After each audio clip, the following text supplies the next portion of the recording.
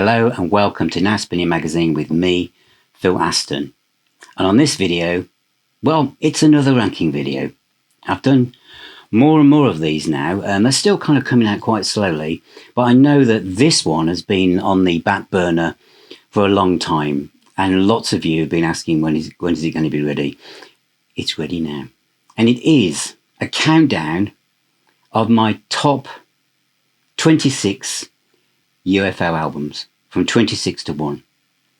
Now, it's based on the albums that I play the most by this fabulous band.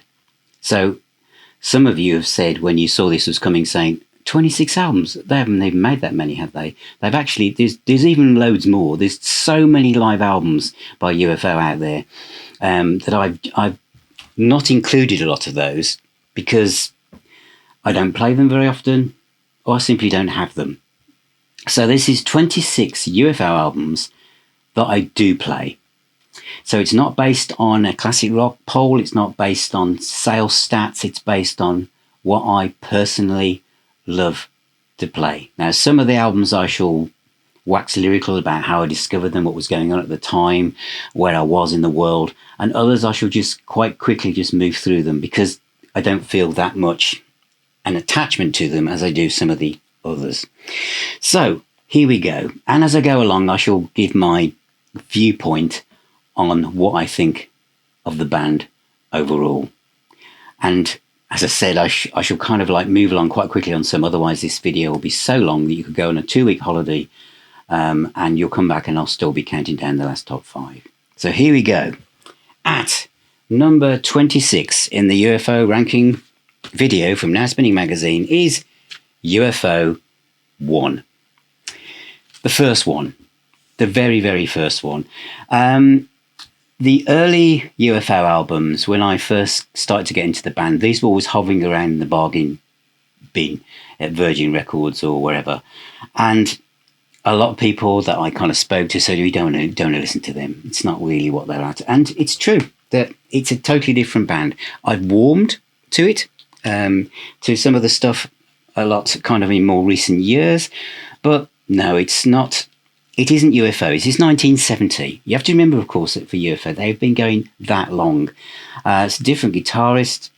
These are the repertoire releases. I'm showing you 2 of them, and they came with like almost like computer inserts, as if like, you see, I can't remember when I bought these, but I don't play them that often. I thought they were called like space rock. This comes with a little booklet, fold out poster really. But there was things like Boogie, Come On Everybody, and it just didn't really, and Come Away Melinda. How many people recorded that song? Beyond, Uriah Heep and everyone, so many people cover that song. So that is sitting at number 26, not because it's terrible, it's just I don't play it as much as some of the others I'm going to be showing you. Next is UFO Live. This is also from Repertoire Records and comes with a gatefold sleeve and a poster. It's interesting. It's got Come On Everybody, the Eddie Cochran song, which I've never really been a huge fan of. Boogie for George is on there for about 12 minutes. But it's not really very bluesy. Who Do You Love's on there as well. I just want to remind myself, that's not the right leaflet, is it? It's in the other side. Bear with me. This also came with a poster for those of you who are interested, with an essay on the back as well. And Phil Mogg says, our hunger for music is always the main driving force, and it's still there now. And this came out, I think, in 2000, the reissue of it.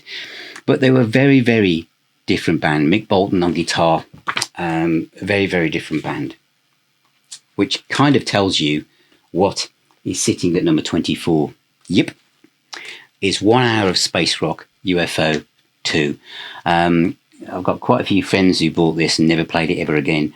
Flying is 26 minutes and 30 seconds long. Starstorm is 80 minutes. It's psychedelic, it's improvisational.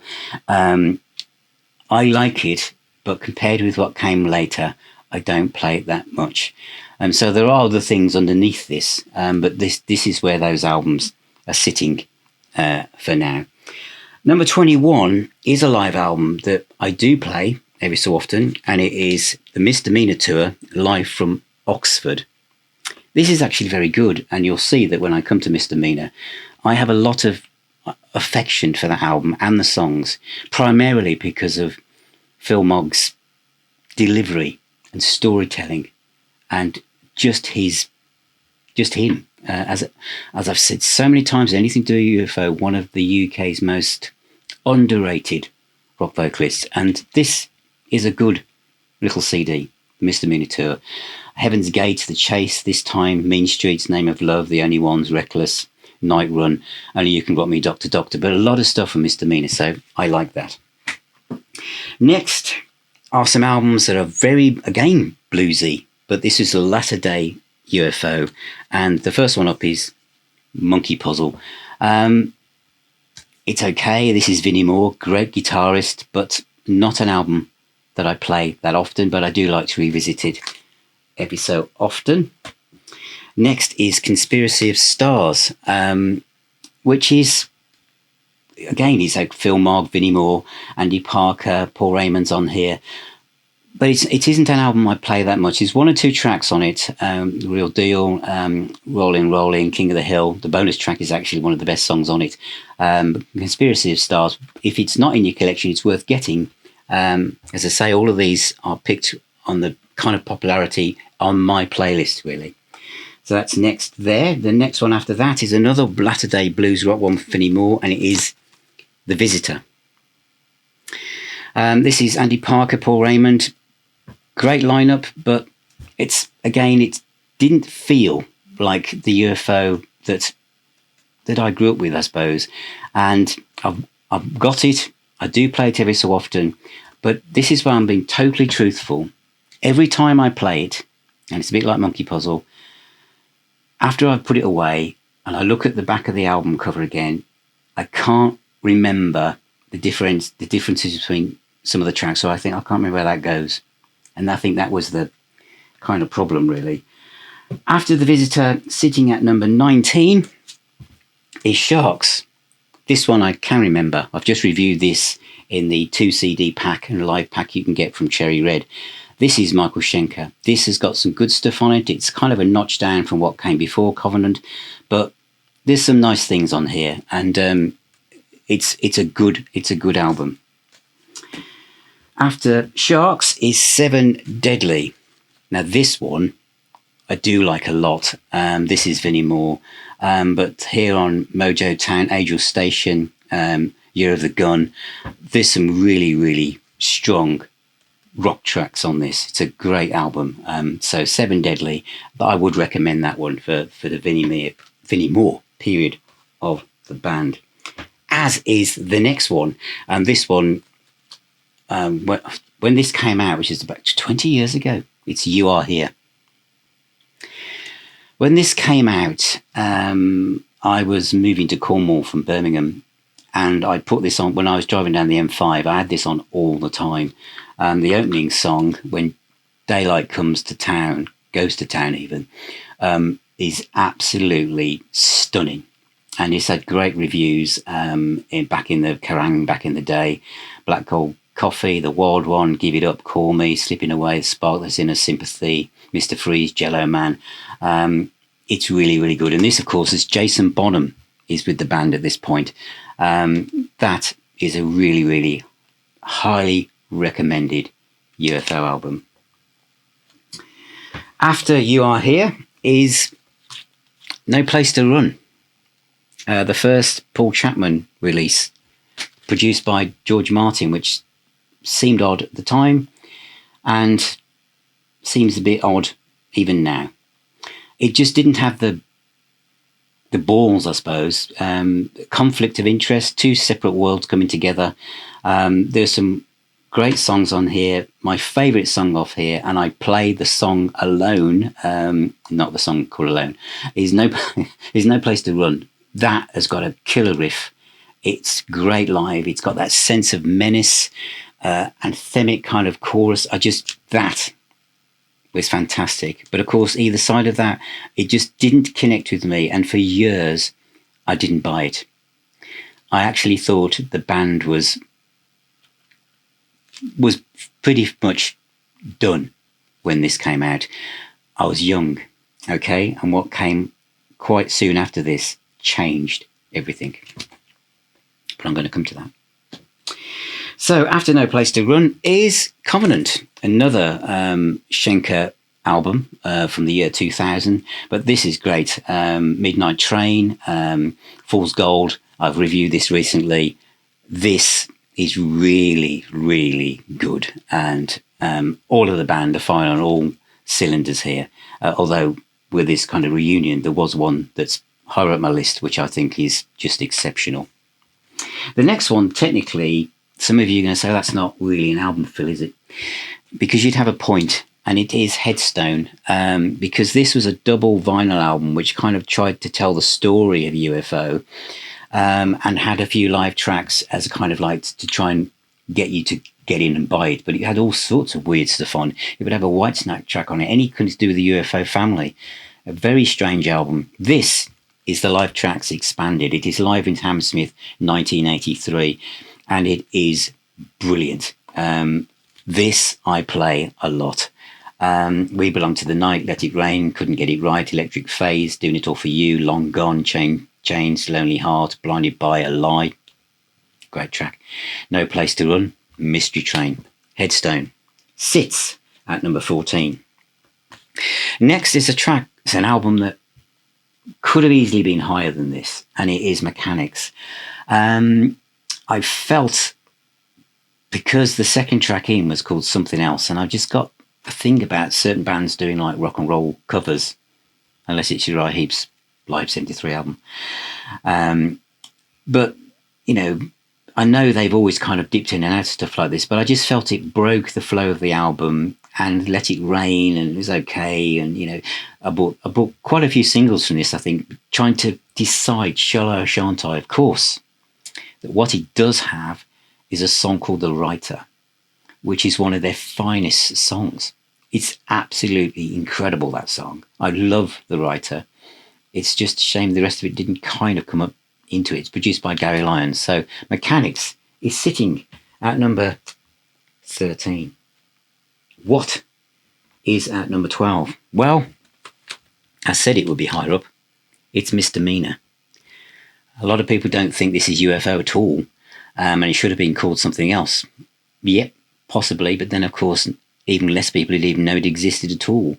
This is the AOR melodic rock. Everything's coming over from America. There's all the Europes and Bon Jovis, and I'm sure that they didn't really even want to call it UFO, but, you know, it's a brand name. It's got value behind it, and so they did.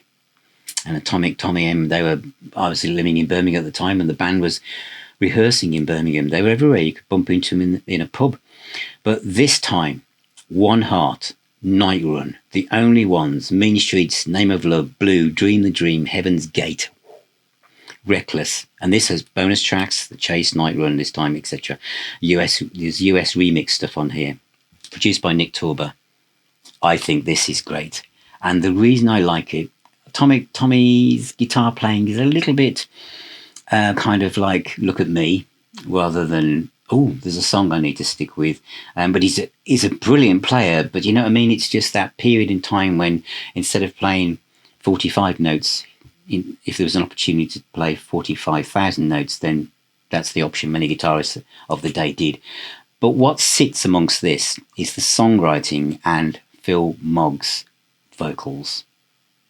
I think it showed just how he had matured. I know that the whole UFO family were very enthusiastic in having a beer or two, but the vocals on this, the vocal performances, the songs, the storytelling, the kind of visuals you get in your head when you listen to it, give that a listen. If it's an album that you've always thought, nah, it's time for it to reappraise that. It's really time to reappraise that. Show it some love. Misdemeanor, sitting at number 12. At number 11 is Making Contact.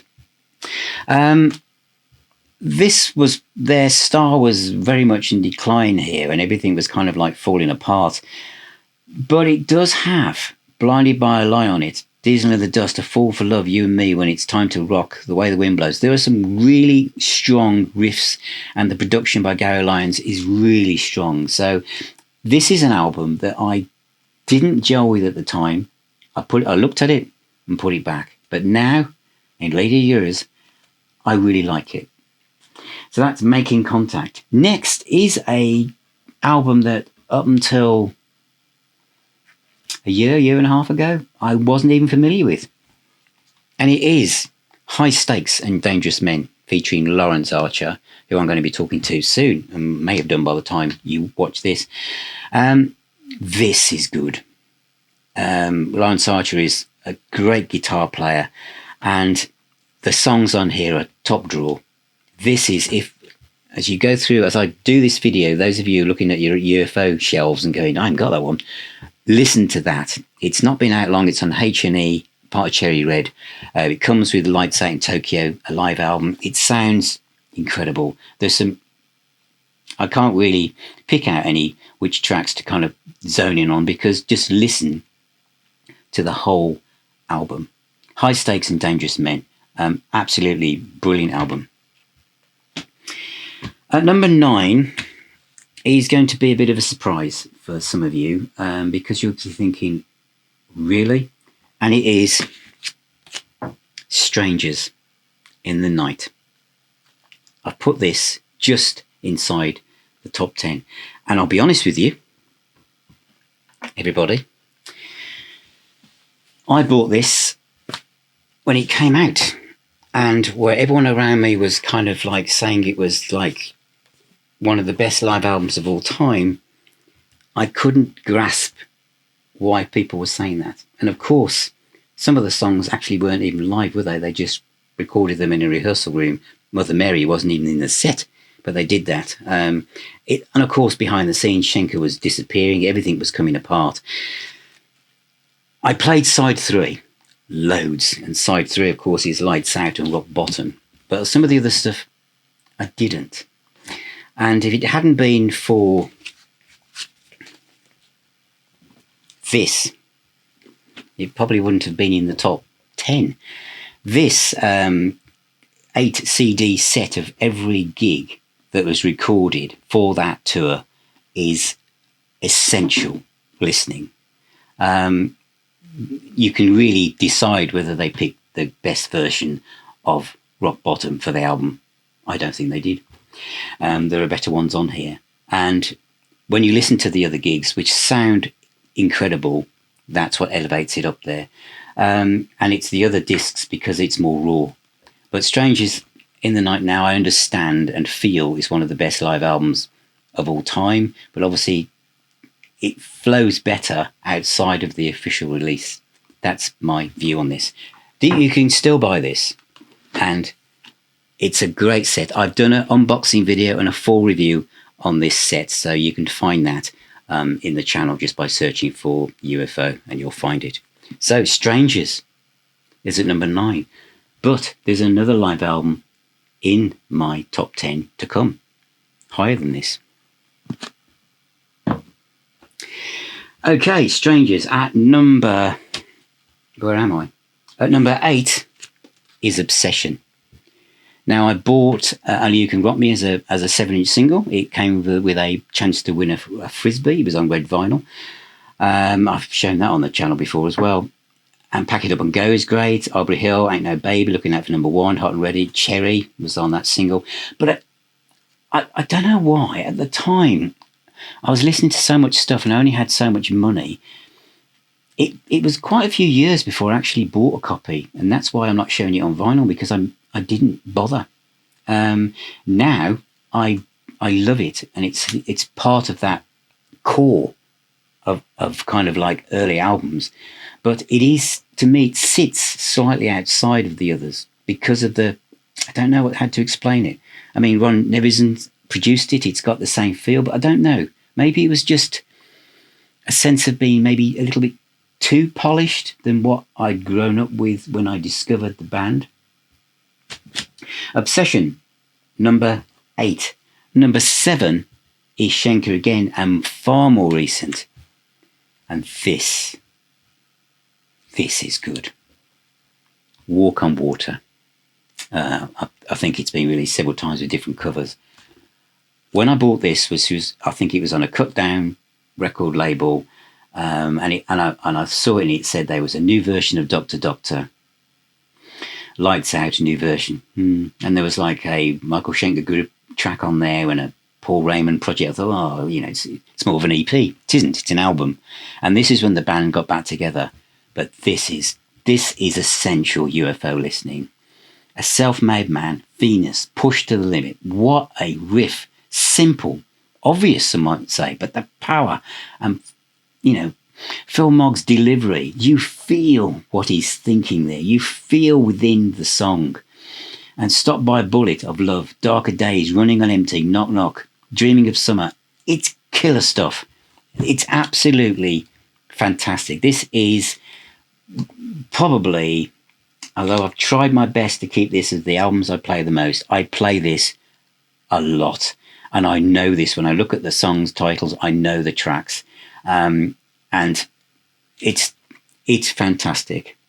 It's underrated, perhaps, because of the way people always think of other albums. But this deserves to be in the top 10 of anyone's UFO ranking chart. It really, really does.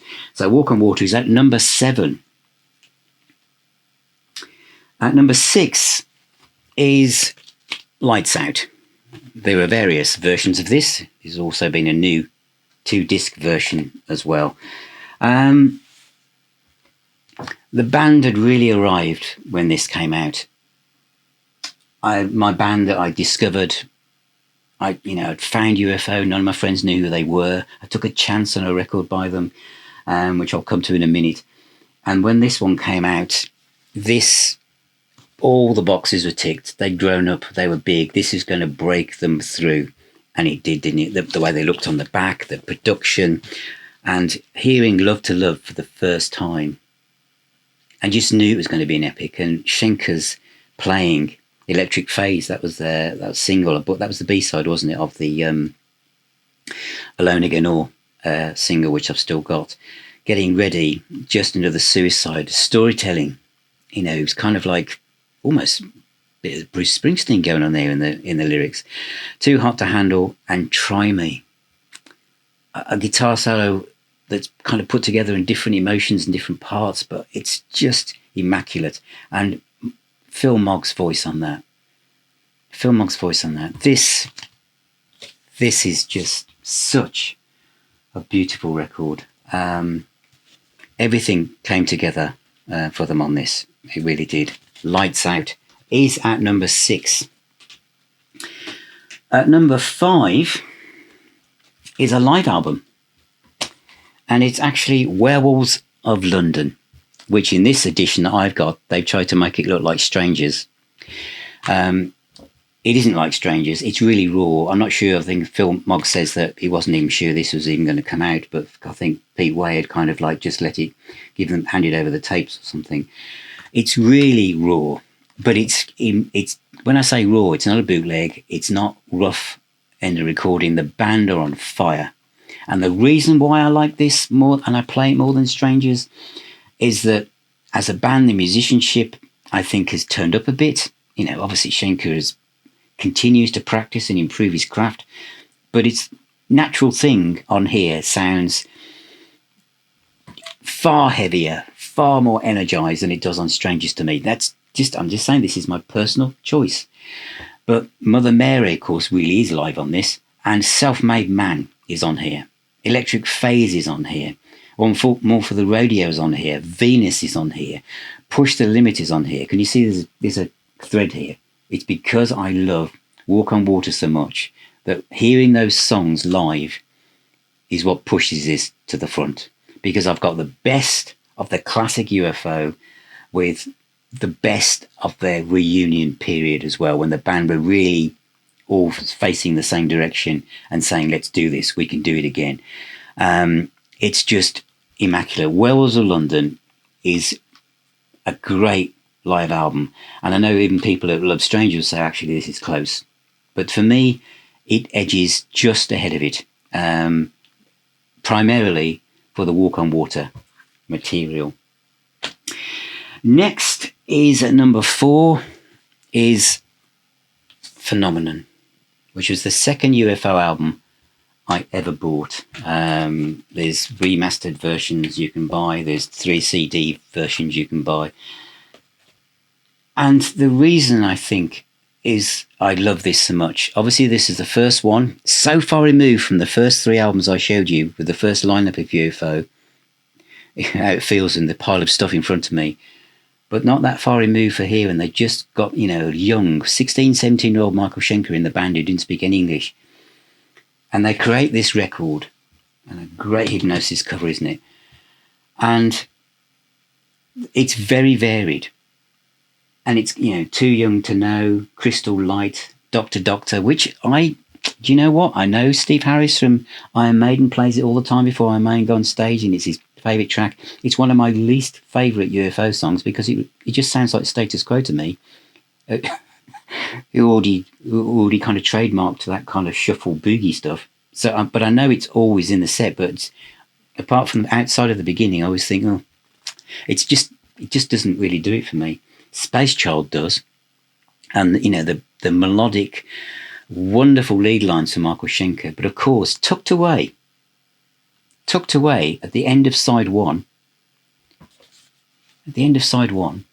Because if this was now, what I'm about to announce will be the opening track.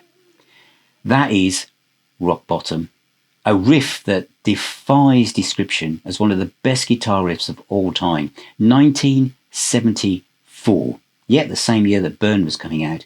But what a riff. What a lyric. 17 and Nature's Queer and the different sections of this track. It is epic. It was all the lights came on. This was the second UFO album I'd ever bought. But when I heard that, I thought, me trying to convince my friends, UFO, have you checked them out? That this would be it. Play them that song and everyone would be on board. And they were. But of course, the album is a bit of like light and shade, and it's a bit strange in some ways because then we move back and it's not like that at all. So we've got Oh My, Time on My Hands, Built for Comfort, which is Blue Song by Willie Dixon, Lipstick Traces, and then Queen of the Deep, which is another kind of underground rock metal song that has great, best thing to describe is not so much is Schenker and the band as they all interweave their musicianship here. It's the vocal delivery and atmosphere that's put together by Phil Mogg. That kind of like melancholy angst in his voice. It's a great album. It's varied. A bit like, Judas Priest, Sin After Sin, where it's one of those albums that I never, ever tire of. Ever. Phenomenon. At number 4. At number 3 is Force It, the first UFO album I ever bought. There's a 2 CD version, and this is the one I bought in 1975. And I bought it without hearing a note on it. Did I buy it because of the front cover? Did I? Well, I kind of thought that maybe if I walk with this under my arm into my parents' house, I'm gonna be a bit edgy. And that is exactly what happened. But what made me actually pick it up was the pictures on the back, because I didn't know anything about this band. You've got to remember, albums got released. If they didn't get reviewed by Sounds, Melody Maker, Record Mirror, Enemy, they didn't exist. I would go into a record shop then and go through A to Z. Every record shop I ever went in, this was a record shop in Smallbrook, Queensway in Birmingham, I can't remember what it's called now, it's certainly long gone. And I'd go through and I just came across it. I think I was looking for Uriah Heep. And I didn't know anything about it, but I could tell from this guy, Pete Way, the length of the hair, and this guy, whoever he was, I'm playing the Flying V, there's a good chance that this might be hard rock, heavy metal, whatever it was. And I remember just thinking, shall I, shan't I? And I did. I was one of my friends who would take the chance, and I took the chance. I think it was about £2.25, brand new. And I went home, put it on, and that opening feedback start for Let It Roll, I was hooked. And that middle section where you think, we're just going to go into, a wild guitar solo here, and it pulls back to that sense of melody. And I was hooked. And Long Lost Love and High Flyer and Out in the Street, Mother Mary, what a riff. And all those little riffs that kind of sit between the verses and the, in between the lyrics. You know what I mean? The singing, these little riffs that pop up everywhere. Dance Your Life Away, This Kid's in Between the Walls. Yeah, you could say there's a bit of a quo shuffle thing going on, but it's different. I'll accept that. And the way it fades out, but absolutely fantastic. I remember going to the pub and seeing my friends and saying, I think I found an album that's is as good as the first Montrose album. I was that excited. Force It by UFO is sitting at number 3 in my top UFO albums. So what is at number 2? Number 2 is Wild, Willing and the Innocent, Paul Chapman. So, I said a few moments ago that when No Place to Run came out, I had literally written them off.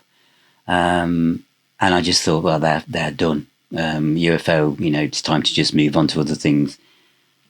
And then someone said, have you heard Wild, Willing and the Innocent? I went, no. I said, I heard the last one, and that was enough. And he lent it me, my friend, and I put it on, and this blew me away. I've done a separate video all about this in honour of Paul Chapman when he passed away. But I think the sound of this album, the absolute sound of this album is just enormous. The drum sound, Change the riff. Long Gone, the drums towards the end, all the strings come in. While Willing and the Innocent, Killing Me, Making Moves on side 2, Lonely Heart, Couldn't Get It Right, Profession of Violence. This is, or will always be, in the top 2 of my favourite UFO albums. It is. I play this a hell of a lot. I never tire of it. I think it's incredible. Everything that lyrically, Phil Mogg has hit in his stride. The band, Paul Chapman has, he's pushed away any kind of resemblance or memories of Michael Schenker have gone. They just went. I just thought this. I just love the song structures. I love the sequencing, and now it still sounds great. And it's the drum sound. I think it's a great album. Absolutely love it. So that is at number 2.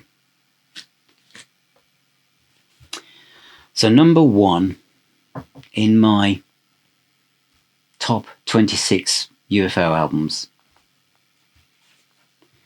is No Heavy Petting from 1976.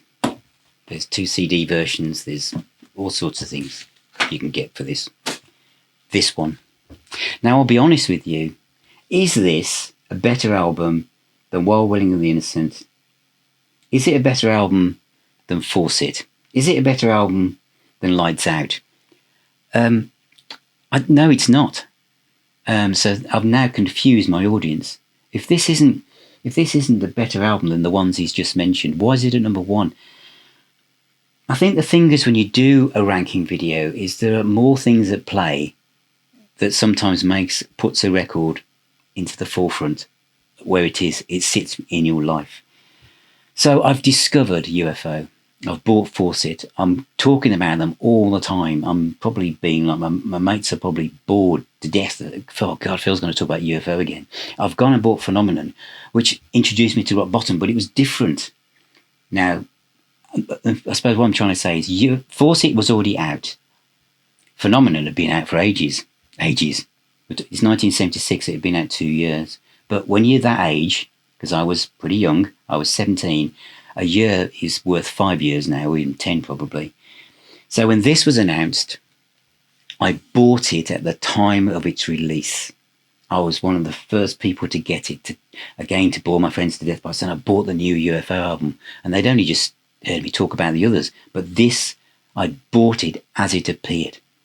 I studied sounds over the next couple of weeks to see if it entered the charts, and I think it went into number 75 in the album charts. But to me, that was like, wow, my UFO, my band, are making strides forwards, which of course why I was so excited for Lights Out. But this one, I felt I have a deeper connection to it. And I'll be honest to think that side 2 doesn't quite match up to side 1, but I just can't let go of putting this at number 1. Natural Thing, what a riff. I'm a Loser, Can You Roller. Have you ever heard a guitar solo as fast as Can You Roller? That one that just comes in, where the notes just like spill out all over the floor. It's just fantastic. Belladonna, great, and Reason's Love, not that far removed from Deep Purple Stormbringer in just a few notes either side, and there it is. Highway Lady by Patron, of course. Danny Patron, I've interviewed for the Now Spinning Magazine podcast. Great guy, great writer, great keyboard player. And of course, this was the first time when keyboards appeared. And On With the Action, great song. The first start of maybe Phil Mogg doing this kind of observational, social kind of viewpoint on life. And the Fall in Love were kind of like dipped a bit, and then Martian Landscape was quite different. On the deluxe edition, which you must have, for the live one. But there's some really good outtakes on this. All or Nothing, French Kisses, Have You Seen Me Lately, Joan, Tonight, and All the Strings, which is like an absolutely beautiful ballad with Phil Mogg and Danny playing keyboards. So this is the one. This is the one that I play the most. Now, if someone said, Phil, I don't know anything about UFO, I might not necessarily put this one on to try and convert them to this band.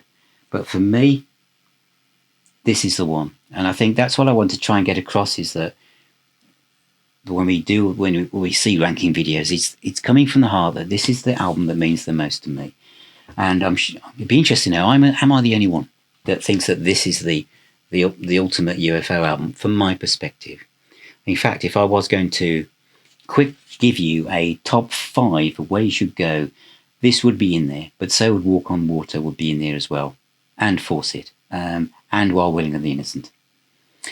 So that is my top 26 UFO albums, counted down from 26 to number 1, with no heavy petting, sitting at the top of my UFO collection. Almost forgot, before I go, something I was going to do was, if you've enjoyed this UFO ranking video, are there any other things that were outside of the scope of this video where, if you want to know more about the band, you should go? There are. And that is Mogwai. As in Mogwai, not Mogwai. These 2 albums is Edge of the World and I think it was Chocolate Box. They are, all intents and purposes, UFO albums, and they are really, really good and worth exploring. Excellent albums. And some of these albums are really hard to find. This 5 original albums in one box by UFO. If you can find that, it will bring together Covenant, Sharks, You Are Here, Monkey Puzzle, and The Visitor. And lastly, and this is highly recommended, and you can still get it at a reasonable price, is UFO at the BBC. Which comes with 6 discs, one of which is a DVD. Great in concert programs from 1974, 77, 1980, 1982, and the rock show from 1985. So that's out as well. So I just wanted to kind of, give you a little bit of overview, other things that you might be interested in. Anyway, back to that other bloke. So thank you for watching. Thank you for being here. Let me know what your top 10 UFO albums are in the comments. Remember, music is the healing doctor. Please subscribe. Look at becoming a patron or YouTube member. Keep spinning those discs. Stay safe, and I shall see you all very, very soon.